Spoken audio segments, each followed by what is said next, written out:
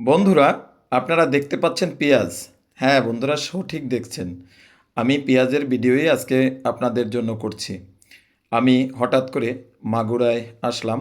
মাগুরা গোবিন্দপুর থেকে ভিডিও ধারণ করছি। এটি আমার শ্বশুরবাড়ি।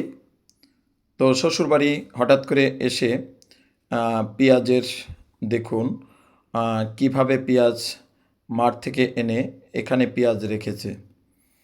এই পেঁয়াজ আস্তে আস্তে এখানে বসে পেঁয়াজের যে রসটা টানবে। এখন পেঁয়াজের অনেক ওয়েট।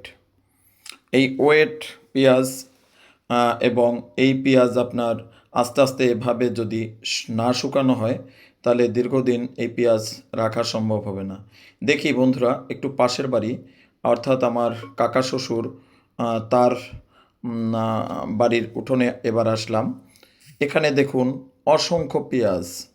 আবার এখানে দেখুন কত বড় বড় সাইজের, এগুলো বিদেশি পেঁয়াজ হয়তো, আমি সঠিক বলতে পারবো না, তবে সাইজটা আপনার দেশি পেঁয়াজের মতো না, অনেক বড় এবং রঙটা আপনার অনেক গাঢ়। তো এখানে দেখুন কি কত সারি সারি পেঁয়াজ রেখেছে। এখানে আছে বস্তা ভরা পেঁয়াজ।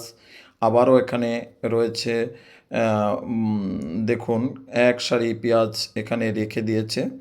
এরপরে দেখাবো আমার ঠাকুরমা, অর্থাৎ আমার ঠাকুরমাও এখানে কাজ করছে।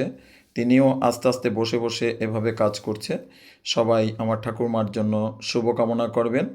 তিনি এ বয়সে এসেও দেখুন সংসারের টুকিটাকি কাজ করে যাচ্ছে।